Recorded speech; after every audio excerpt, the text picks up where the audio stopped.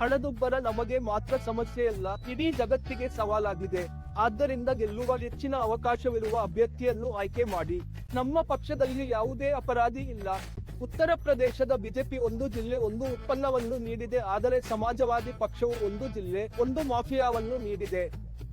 ಕಾಂಗ್ರೆಸ್ ಪಕ್ಷ ಶೂನ್ಯವಾಗಿದೆ. ಇಂಡಿ ಮೈತ್ರಿಯನ್ನು ಸಂಪೂರ್ಣವಾಗಿ ತ್ಯಜಿಸಲಾಗಿದೆ. ಮೋದಿಯವರಿಂದಾಗಿ ವಿಶ್ವದಲ್ಲಿ ಭಾರತದ ಚಿತ್ರಣ ಪ್ರಗತಿಯಾಗಿದೆ.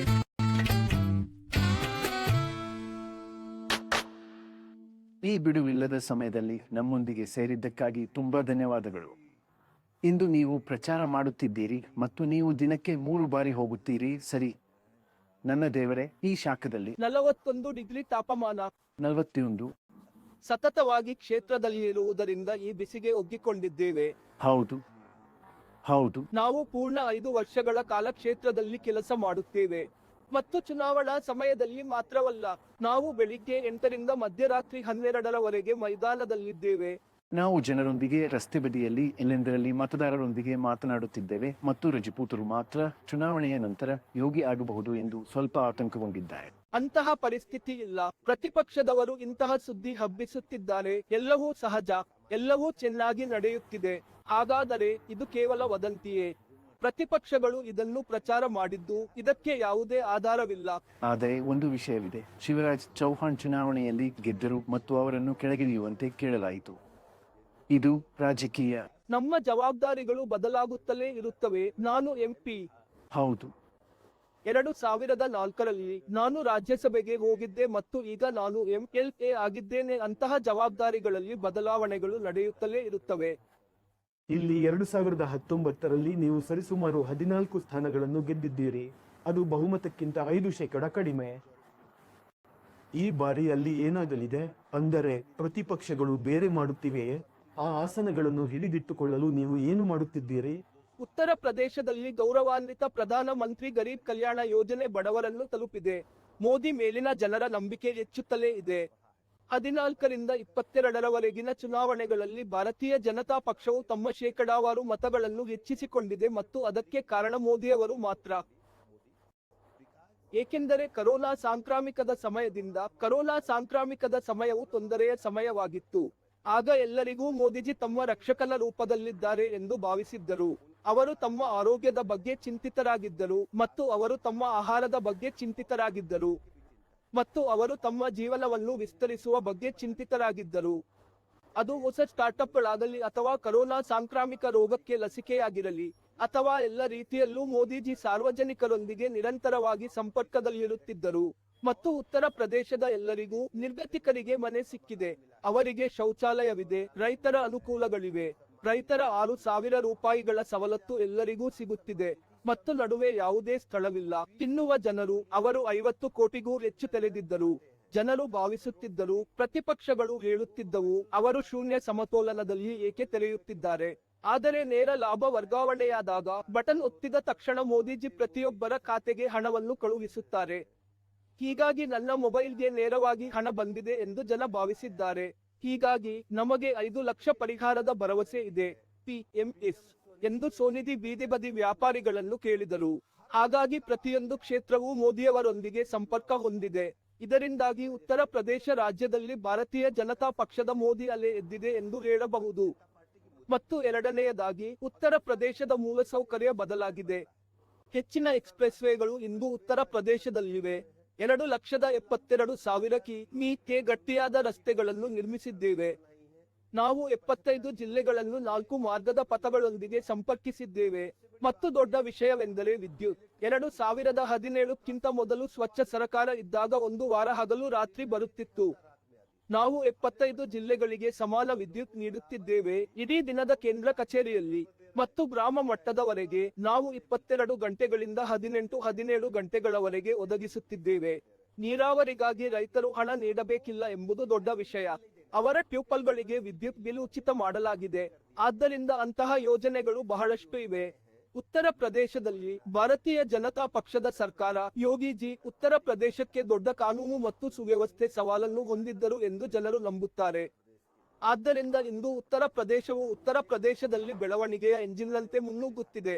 ಪಂಜಾಬ್ನಲ್ಲಿ ಪ್ರಾರಂಭವಾದ ರೈತರ ಚಳವಳಿ ಪಶ್ಚಿಮ ಯುಪಿಯಲ್ಲಿ ನಿಮ್ಮ ಬಳಿಗೆ ಬಂದಿತು. ಅದು ಏನಾದರೂ ಪರಿಣಾಮ ಬೀರುತ್ತದೆ?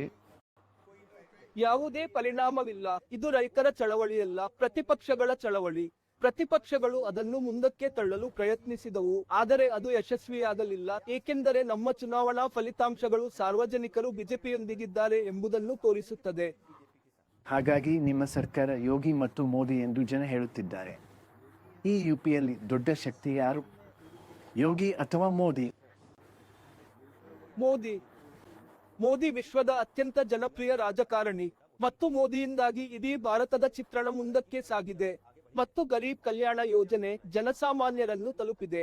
ಮೋದಿಯವರ ಮೇಲಿನ ಜನರ ನಂಬಿಕೆಯಿಂದ ಅವರ ಜೀವನ ಮಟ್ಟವನ್ನು ಹೆಚ್ಚಿಸಿದ್ದಾರೆ.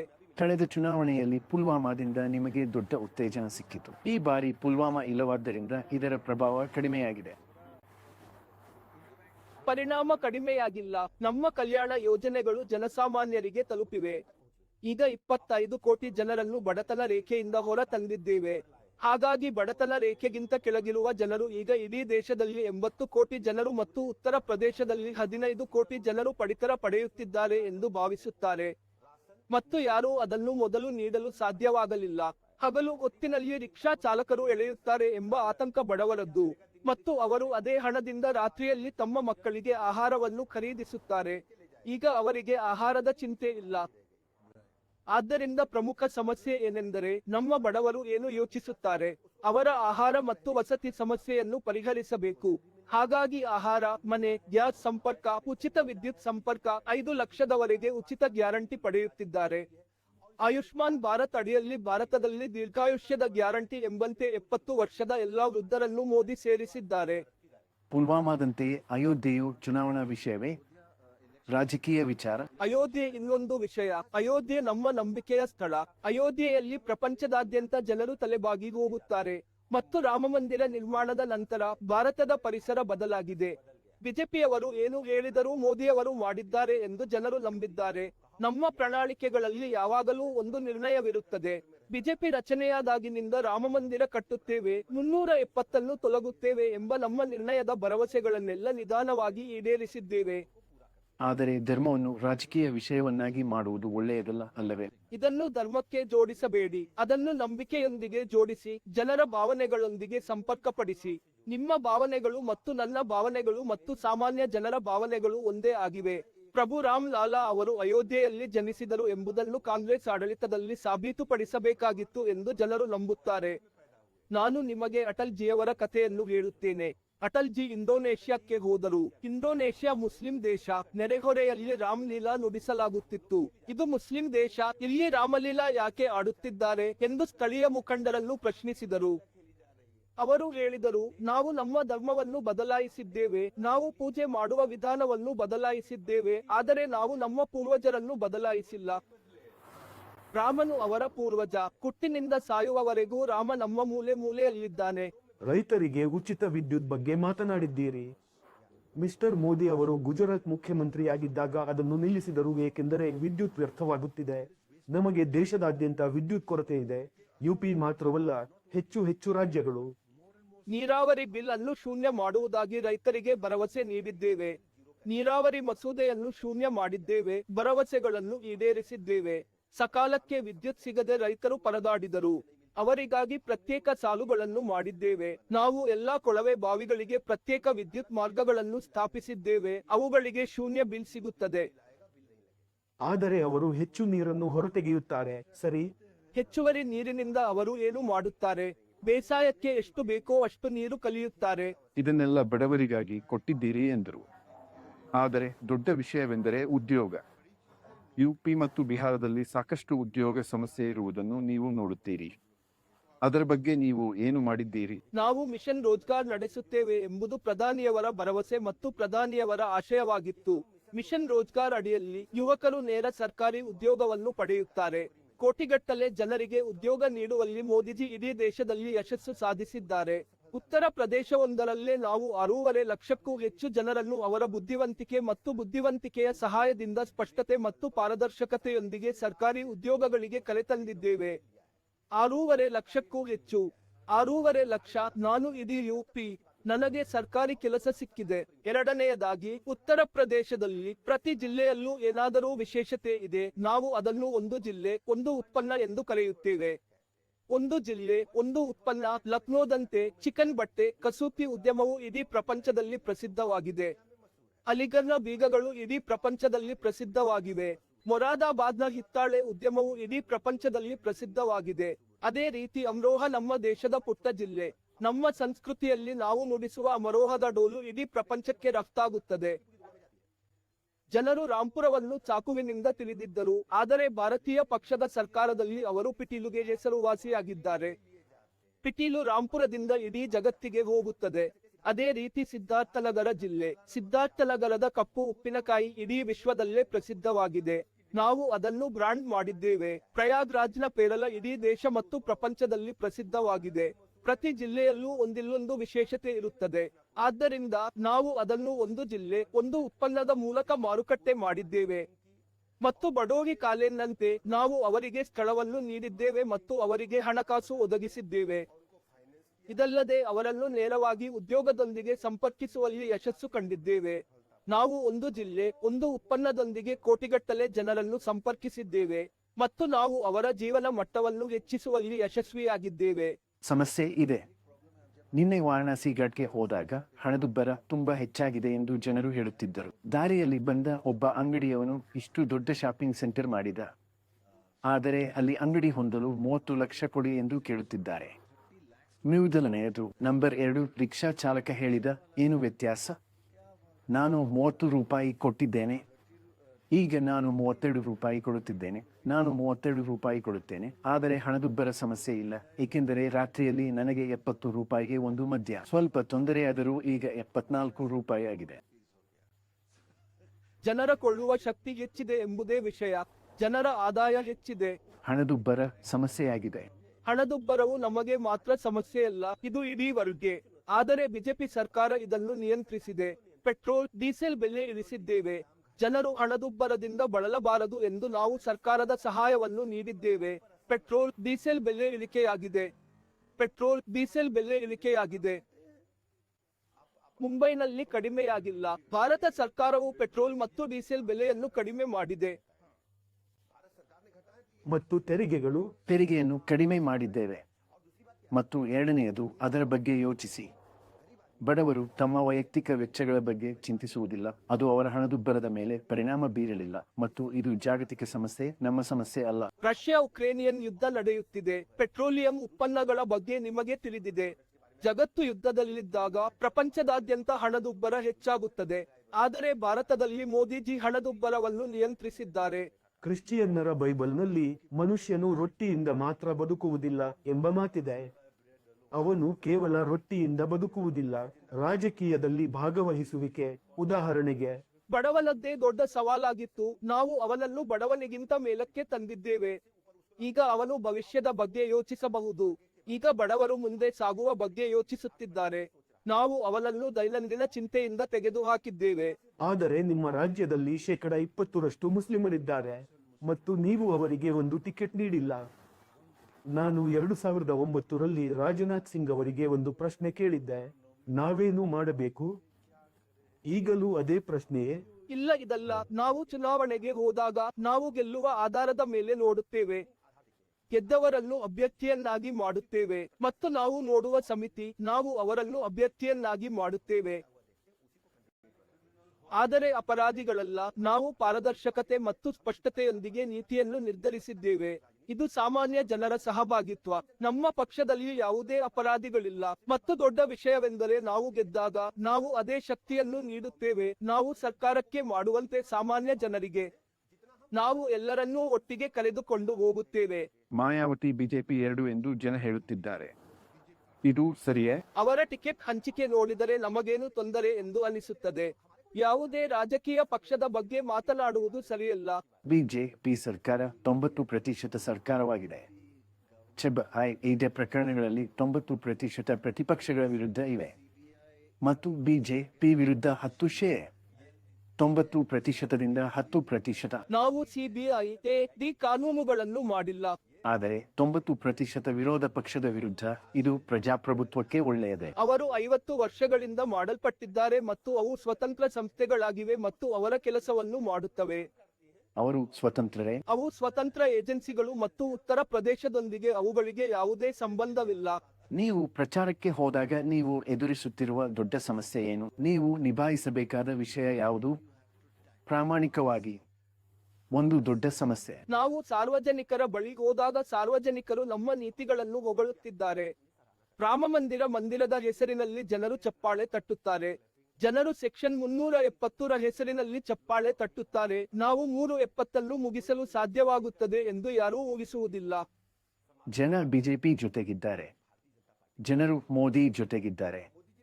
ಭಾರತದೊಂದಿಗೆ ಜಾಗತಿಕ ಮೈತ್ರಿಯನ್ನು ಸ್ಥಾಪಿಸಲು ಮೋದಿ ಮಾಡಿದ ರೀತಿ. ರಷ್ಯಾ ಮತ್ತು ಉಕ್ರೇನ್ ಯುದ್ಧದಲ್ಲಿದೆ. ಭಾರತದ 24,000 ಮಕ್ಕಳು ಅಲ್ಲಿ ಸಿಕ್ಕಿಬಿದ್ದಿದ್ದಾರೆ. ಉತ್ತರ ಪ್ರದೇಶದ ಅನೇಕ ಮಕ್ಕಳಿದ್ದಾರೆ. ಅವರನ್ನು ಸುರಕ್ಷಿತವಾಗಿ ಕರೆತರಲು ತಿರಂಗ ಬಾವುಟ ಹಿಡಿದು ನಡೆಯುವುದು ಮೋದಿ ಸರಕಾರದಲ್ಲಿ ಮಾತ್ರ ಸಾಧ್ಯ. ಪಾಕಿಸ್ತಾನ ಮತ್ತು ಭಯೋತ್ಪಾದಕರ ಶಿಬಿರಗಳನ್ನು ಹೇಗೆ ನಾಶಪಡಿಸಲಾಯಿತು? ದೊಡ್ಡ ಸಮಸ್ಯೆ ಏನು? ಅವರ ಸಮಸ್ಯೆಗಳನ್ನು ನಿಧಾನವಾಗಿ ಪರಿಹರಿಸುತ್ತಿದ್ದೇವೆ. ಜನರ ಬೇಡಿಕೆಗೆ ಅನುಗುಣವಾಗಿ ಸ್ಥಳೀಯ ಬೇಡಿಕೆಗಳನ್ನು ಈಡೇರಿಸುತ್ತಿದ್ದೇವೆ. ನಾವು ಬೀದಿಗೆ ಹೋದಾಗ ಕೆಲವರು ರಸ್ತೆ, ಕುಡಿಯುವ ನೀರಿಗಾಗಿ ಒತ್ತಾಯಿಸುತ್ತಾರೆ. ಅದರ ಬಗ್ಗೆ ಯೋಚಿಸು. ಜಲ ಜೀವನ್ ಮಿಷನ್ ನಲ್ಲಿ ಗ್ರಾಮದಿಂದ ಗ್ರಾಮಕ್ಕೆ ನಲ್ಲಿಗಳ ಮೂಲಕ ನೀರು ತಲುಪುತ್ತದೆ. ದೆಹಲಿ ಮತ್ತು ಲಕ್ನೋದಲ್ಲಿ ಪ್ರತಿ ಮನೆಯಲ್ಲೂ ಪ್ರತಿ ಸ್ನಾನಗೃಹದಲ್ಲಿ ನಲ್ಲಿ ನೀರು ಇರುತ್ತದೆ ಎಂದು ಅವರು ಭಾವಿಸುತ್ತಿದ್ದರು. ಈಗ ಪ್ರತಿ ಹಳ್ಳಿಯಲ್ಲೂ ನಲ್ಲಿ ನೀರಿದೆ. ಪ್ರತಿ ಮನೆಯಲ್ಲೂ ನಲ್ಲಿ ನೀರು ಇದೆ. ನೀವು ಇದರ ಬಗ್ಗೆ ಯೋಚಿಸಬಹುದು. ಅದನ್ನು ನಿಜವಾಗಿಸುವುದು ಸುಲಭದ ಕೆಲಸವಲ್ಲ, ಆದರೆ ಮೋದಿ ಅದನ್ನು ಮಾಡಿದ್ದಾರೆ. ಬುಂದೇಲ್ಖಂಡ್ ಮತ್ತು ವಿಂಧ್ಯಾಚಲದಲ್ಲಿ 2017ಕ್ಕೂ ಮೊದಲು ರೈಲಿನಲ್ಲಿ ನೀರು ಕುಡಿಯಲು ಆರ್ಡರ್ ಮಾಡುತ್ತಿದ್ದರು. ಈಗ ಅವರಿಗೆ ನಲ್ಲಿ ನೀರು ಬಂದಿದೆ. ಸಮಸ್ಯೆ ಏನು? ಸ್ಥಳೀಯ ಸಮಸ್ಯೆಗಳಿವೆ. ಕೆಲವರಿಗೆ ರಸ್ತೆ ಬೇಕು, ಕೆಲವರಿಗೆ ಬಾವಿ ಬೇಕು, ಕೆಲವರಿಗೆ ಗಂಡನ ವರ್ಗಾವಣೆ ಬೇಕು.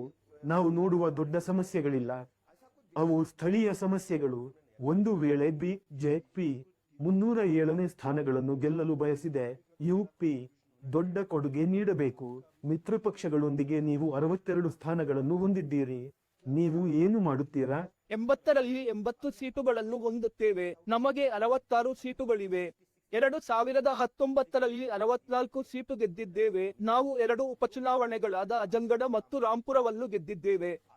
ನಮಗೆ 66 ಸೀಟುಗಳಿವೆ. 80ರಲ್ಲಿ 80ರಷ್ಟು ಸೀಟುಗಳನ್ನು ಪಡೆಯಲಿದ್ದೇವೆ. ಬಿಜೆಪಿಗೆ ಅಲೆ ಇದೆ ಮತ್ತು ಮೋದಿ ಜನರು ಬಿಜೆಪಿಯನ್ನು ನಂಬುತ್ತಿದ್ದಾರೆ. ಮತ್ತೊಂದೆಡೆ ಭಾರತೀಯ ಸಮಾಜವಾದಿಗಳು ವಿಫಲರಾದರು. ಮೊದಲ ಹಂತದ ಚುನಾವಣೆ ಮುಗಿದಿದೆ. ಅವರು ಏಕೆ ಯಾವುದೇ ರ್ಯಾಲಿಯಲ್ಲಿ ಭಾಗವಹಿಸಲಿಲ್ಲ? ಏಕೆಂದರೆ ಅವರಿಗೆ ಸಾರ್ವಜನಿಕರೇ ಇಲ್ಲ. ಒಂದೇ ಒಂದು ರ್ಯಾಲಿಯನ್ನು ಮಾಡಲು ಸಾಧ್ಯವಾಗಲಿಲ್ಲ. ಒಂದೇ ಅಲ್ಲ, ಅವರು ಮಾಡಿದ್ದು ಕೇವಲ ಪತ್ರಿಕಾಗೋಷ್ಠಿಗಳು. ಆದರೆ ಒಂದು ವಿಷಯ ಹೇಳಿ, ಬಿಜೆಪಿಯು ಪಿಯಲ್ಲಿ ಪ್ರಬಲವಾಗಿದೆ. ನಿಮ್ಮದು 2 ಸರ್ಕಾರ. ನೀವು ಮಿತ್ರರನ್ನು ಏಕೆ ತೆಗೆದುಕೊಂಡಿದ್ದೀರಿ? ಹಾಗೆ RLD ನಿಮ್ಮ ಜೊತೆ ಇರಲಿಲ್ಲ. ನಾನು ನಿಮಗೆ ಹೇಳುತ್ತೇನೆ, ನಾವು ದೊಡ್ಡದಾಗಿ ಯೋಚಿಸಿದಾಗ, ನಮಗೆ ದೊಡ್ಡ ಆಲೋಚನೆ ಬಂದಾಗ, ಮೋದಿಯವರ ಭರವಸೆ ಅಭಿವೃದ್ಧಿ ಭಾರತ, ಅದಕ್ಕೆ ಸೇರಲು ರಾಜಕೀಯ ಪಕ್ಷಗಳು ಮತ್ತು ಸಮಾಜ ಸೇವಕರು ಬಿಜೆಪಿ ಸೇರುತ್ತಿದ್ದಾರೆ. ಮೋದಿ ಭಾರತವನ್ನು ಅಭಿವೃದ್ಧಿ ಹೊಂದಿದ ರಾಷ್ಟ್ರದತ್ತ ಕೊಂಡೊಯ್ಯುತ್ತಿದ್ದಾರೆ ಎಂದು ಜನರು ನಂಬಿದ್ದಾರೆ. ಅದರ ಬಗ್ಗೆ ಯೋಚಿಸು. ಜನರಿಗೆ ಗ್ಯಾರಂಟಿ ಕಳುಹಿಸುವ ಮೊದಲ ಮೋದಿ ಸರ್ಕಾರ. ನಾವು ಪ್ರತಿ ಮನೆಗೆ ಮೋದಿ ಗ್ಯಾರಂಟಿ ಕಾರು ಕಳುಹಿಸಿದ್ದೇವೆ. ಸ್ವಾತಂತ್ರ್ಯ ನಂತರ ಇದೇ ಮೊದಲ ಬಾರಿಗೆ ನಡೆದಿದೆ. ಮೋದಿಯವರ ಗ್ಯಾರಂಟಿ ಕಾರು ಪ್ರತಿ ಹಳ್ಳಿ, ಪಟ್ಟಣ, ಪ್ರತಿ ವಾರ್ಡ್, ಪ್ರತಿ ಬೂತ್ ತಲುಪಿದೆ. ನಾವು ಫಲಾನುಭವಿಗಳಾಗಿದ್ದವರನ್ನು ಗೌರವಿಸಿದ್ದೇವೆ. ಮೋದಿಯವರ ಯೋಜನೆಗಳ ಬಗ್ಗೆ ಜನರು ಮಾಹಿತಿ ಪಡೆದರು. ಮೋದಿಯವರ ಗ್ಯಾರಂಟಿಯಿಂದ ಲಾಭ ಪಡೆಯಲಾಗದವರು ನಾವು ಆಗ ಮತ್ತು ಅವರ ಫಾರ್ಮ್ ಅನ್ನು ಭರ್ತಿ ಮಾಡಿದ್ದೇವೆ. ಅಲ್ಲಿ ಅವರಿಗೆ ಮಾಲೆ ಹಾಕಿ ಮತ್ತು ಅವರನ್ನು ಮುಖ್ಯವಾಹಿನಿಗೆ ಸೇರಿಸಿದೆ. ಜನರು ಮೋದಿಯನ್ನು ನಂಬುತ್ತಿದ್ದಾರೆ. ಅಭಿವೃದ್ಧಿ ಹೊಂದಿದ ಭಾರತದ ಭರವಸೆಯನ್ನು ಮೋದಿ ಈಡೇರಿಸುತ್ತಿದ್ದಾರೆ ಎಂದು ಪಕ್ಷಗಳು ನಂಬಿವೆ. ಯುಪಿ ಬಗ್ಗೆ ಸ್ವತಃ 90-10 ಪಕ್ಷಗಳು ಬಿಜೆಪಿ. 90% ಬುಲ್ಡೋಜರ್ಗಳು ಮುಸ್ಲಿಂ ಮನೆಗಳಾಗಿವೆ. ಅದು ಸರ್ಕಾರದ ಡಬಲ್ ಇಂಜಿನ್ ಅಥವಾ ಡಬಲ್ ಬುಲ್ಡೋಜರ್ ಎಂದು ಹೇಳುತ್ತಿದ್ದಾರೆ. ನಾನು ಸ್ಪಷ್ಟಪಡಿಸುತ್ತೇನೆ, ಎಲ್ಲಾ ಕೆಟ್ಟ ಅಂಶಗಳು ಯಾರು? ಆದರೆ ಹೆಚ್ಚಾಗಿ ಮುಸ್ಲಿಮರು. ಇಲ್ಲ, ನೀವು ಮಾಫಿಯಾ ಪಟ್ಟಿಯನ್ನು ನೋಡಿದರೆ ಮಾಫಿಯಾ ಪಟ್ಟಿಯಲ್ಲಿ ಏನೇನಿತ್ತು? ಉತ್ತರ ಪ್ರದೇಶದಲ್ಲಿ ಬಿಜೆಪಿ ಸರ್ಕಾರವು ಒಂದು ಜಿಲ್ಲೆಗೆ ಒಂದು ಉತ್ಪನ್ನವನ್ನು ನೀಡಿದೆ ಮತ್ತು ಸಮಾಜವಾದಿ ಸರ್ಕಾರವು ಒಂದು ಜಿಲ್ಲೆಗೆ ಒಂದು ಮಾಫಿಯಾವನ್ನು ನೀಡಿದೆ. ನಾವು ಆ ಮಾಫಿಯಾಗಳನ್ನು ಉತ್ತರ ಪ್ರದೇಶದಿಂದ ಹೊರಹಾಕಬೇಕಿತ್ತು. ಉತ್ತರ ಪ್ರದೇಶದಲ್ಲಿ ಮಾಫಿಯಾ ಗುಂಪುಗಳ ಪಟ್ಟಿಯೇ ಇಲ್ಲ. ನಡೆದಿರುವ ಘಟನೆಗಳಲ್ಲಿ ಕಟ್ಟುನಿಟ್ಟಿನ ಕ್ರಮ ಕೈಗೊಂಡಿದ್ದೇವೆ. ನಾವು ಶ್ರೀಮಂತರು ಅಥವಾ ಬಡವರು ಎಂದು ನೋಡಲಿಲ್ಲ. ಯಾರೇ ಅಪರಾಧ ಮಾಡಿದ್ದರೂ ಅವರಿಗೆ ಕಠಿಣ ಶಿಕ್ಷೆ ವಿಧಿಸಿದ್ದೇವೆ. ಮಹಿಳೆಯರು ಮತ್ತು ಮಕ್ಕಳ ಮೇಲಿನ ಅಪರಾಧಗಳಿಗೆ ನ್ಯಾಯಾಲಯದ ಮೂಲಕ ಶಿಕ್ಷೆ ವಿಧಿಸಲು ಉತ್ತರ ಪ್ರದೇಶ ದೇಶದಲ್ಲೇ ಮೊದಲ ಸ್ಥಾನದಲ್ಲಿದೆ. ಅಪರಾಧಿಗಳಲ್ಲಿ ಎಷ್ಟು ಮಂದಿಗೆ ಟಿಕೆಟ್ ನೀಡಲಾಗಿದೆ? ಪ್ರಕರಣ ನಡೆಯುತ್ತಿರುವ ಶ್ರೀ ಬಲಿಯಾನ್, ಯಾರವರು? ಅವರ ಹೆಸರುಗಳನ್ನು ಹೇಳಿ. ಸಂಜೀವ್ ಬಲಿಯಾನ್. ಇಲ್ಲ, ಸಂಜೀವ್ ಬಲಿಯಾನ್ ಒಬ್ಬ ರಾಜಕೀಯ ನಾಯಕ. ರಾಜಕೀಯ ನಾಯಕರ ಮೇಲೆ ಕೇಸ್ ತುಂಬಬಹುದು. ಕೊಲೆಗಾರ, ದರೋಡೆ ಇವೆಲ್ಲವೂ ಕ್ರಿಮಿನಲ್ ಪ್ರಕರಣಗಳು. ಸರ್ಕಾರದ ಕೆಲಸಗಳಿಗೆ ಅಡ್ಡಿಪಡಿಸುವ ಪ್ರತಿಭಟನೆಗಳು ಕ್ರಿಮಿನಲ್ ಪ್ರಕರಣಗಳಲ್ಲ. ಪ್ರತಿ ಜಿಲ್ಲೆಯಲ್ಲಿ ಒಂದೊಂದು ಕೈಗಾರಿಕೆ ಇದೆ ಎಂದು ಹೇಳುತ್ತಿದ್ದೀರಿ. ಆದರೆ ನೀವು ಹೇಳಿದ ಎಲ್ಲ ಕೈಗಾರಿಕೆಗಳು ಹಳೆಯವು. ನೀವು ಹೊಸದಾಗಿ ಏನು ಮಾಡುತ್ತಿದ್ದೀರಿ? ಇದು ವರ್ಷಗಳಿಂದ ನಡೆಯುತ್ತಿದೆ. ನಾವು ನಮ್ಮ ಹಳೆಯ ಉದ್ಯಮವನ್ನು ಗುರುತಿಸಿದ್ದೇವೆ, ಅದಕ್ಕೆ ವೇದಿಕೆ ಕೊಟ್ಟಿದ್ದೇವೆ. ನಾವು ಮಾರ್ಕೆಟಿಂಗ್ ಮತ್ತು ಬ್ರ್ಯಾಂಡಿಂಗ್ ಮಾಡಿದ್ದೇವೆ. ಉತ್ತರ ಪ್ರದೇಶದ ಸಂದರ್ಭದಲ್ಲಿ ಇದು ವಿಶ್ವದ ಅತಿದೊಡ್ಡ ಮೊಬೈಲ್ ಕಾರ್ಖಾನೆಯಾಗಿದೆ. ವಿಶ್ವದ ಅತಿದೊಡ್ಡ ಮೊಬೈಲ್ ಕಾರ್ಖಾನೆ ಸ್ಯಾಮ್ಸಂಗ್ ಅತಿದೊಡ್ಡ ಮೊಬೈಲ್ ತಯಾರಕರ ಪರದೆಗಳನ್ನು ಉತ್ತರ ಪ್ರದೇಶದಲ್ಲಿ ತಯಾರಿಸಲಾಗುತ್ತದೆ. ನಾವು ರಕ್ಷಣಾ ಕಾರಿಡಾರ್ ಅನ್ನು ಬುಂದೇಲ್ಖಂಡಕ್ಕೆ ತಂದಿದ್ದೇವೆ. ನಾವು ಲಕ್ನೋದಲ್ಲಿ ಬ್ರಹ್ಮೋಸ್ ಕ್ಷಿಪಣಿಯನ್ನು ಸಿದ್ಧಪಡಿಸುತ್ತಿದ್ದೇವೆ. ನಾವು ಜಾಗತಿಕ ಹೂಡಿಕೆದಾರರ ಶೃಂಗಸಭೆಯಲ್ಲಿ ಲಕ್ಷಾಂತರ ಯೋಜನೆಗಳಿಗೆ ಸಹಿ ಹಾಕಿದ್ದೇವೆ ಮತ್ತು ಅದಕ್ಕೆ ಭೂಮಿಯನ್ನು ನೀಡಿದ್ದೇವೆ. ಮೋದಿ ಶಿಲಾನ್ಯಾಸ ನೆರವೇರಿಸಿದ್ದಾರೆ. ಕೊನೆಯ ಪ್ರಶ್ನೆ, ಈ ಚುನಾವಣೆಯಲ್ಲಿ ಪ್ರಾಮಾಣಿಕವಾಗಿ ನಿಮ್ಮ ಪ್ರಮುಖ ವಿರೋಧ ಪಕ್ಷ ಯಾರು? ಅಖಿಲೇಶ್ ಯಾದವ್, ಪ್ರಿಯಾಂಕಾ ಗಾಂಧಿ ಅಥವಾ ರಾಹುಲ್ ಗಾಂಧಿ? ಪ್ರಮುಖ ವಿರೋಧ ಪಕ್ಷ ಯಾರು? ಒಬ್ಬ ವ್ಯಕ್ತಿಯನ್ನು ಹೆಸರಿಸಿ. ಅವರು ಹೋರಾಡಲು ಸಾಧ್ಯವಾಗುವುದಿಲ್ಲ. ಜನ ಅವರನ್ನು ತಿರಸ್ಕರಿಸಿದ್ದಾರೆ. ಅಖಿಲೇಶ್ ಯಾದವ್ ಅವರನ್ನು ಜನ ತಿರಸ್ಕರಿಸಿದ್ದಾರೆ. ಆತ ದರೋಡೆಕೋರರು, ಮಾಫಿಯಾ ಗ್ಯಾಂಗ್ ಬಳಸುತ್ತಿದ್ದಾನೆ. ಅವರ ಸತ್ಯ ಈಗ ಜನರಿಗೆ ಗೊತ್ತಾಗಿದೆ. ಕಾಂಗ್ರೆಸ್ ಪಕ್ಷ ಶೂನ್ಯವಾಗಿದೆ. ಯುಪಿಎ 1 ಮತ್ತು 2ರಲ್ಲಿ ಕಾಂಗ್ರೆಸ್ ಪಕ್ಷದ ಭ್ರಷ್ಟಾಚಾರವನ್ನು ಜನರು ಮರೆತಿಲ್ಲ. ಕಾಂಗ್ರೆಸ್ ಪಕ್ಷ ಭ್ರಷ್ಟಾಚಾರದಲ್ಲಿ ಮುಳುಗಿರುವುದನ್ನು ಜನ ಮರೆತಿಲ್ಲ. ವಿರೋಧ ರಹಿತ ಯುಪಿ. ಉತ್ತರ ಪ್ರದೇಶದ ಜನರು ಸಮಾಜವಾದಿ ಪಕ್ಷ ಮತ್ತು ಭಾರತ ಮೈತ್ರಿಕೂಟವನ್ನು ತಿರಸ್ಕರಿಸಿದ್ದಾರೆ ಎಂದು ನಾನು ಹೇಳಬಲ್ಲೆ. ತುಂಬಾ ಸಮಯಕ್ಕಾಗಿ ಧನ್ಯವಾದಗಳು. ಧನ್ಯವಾದಗಳು.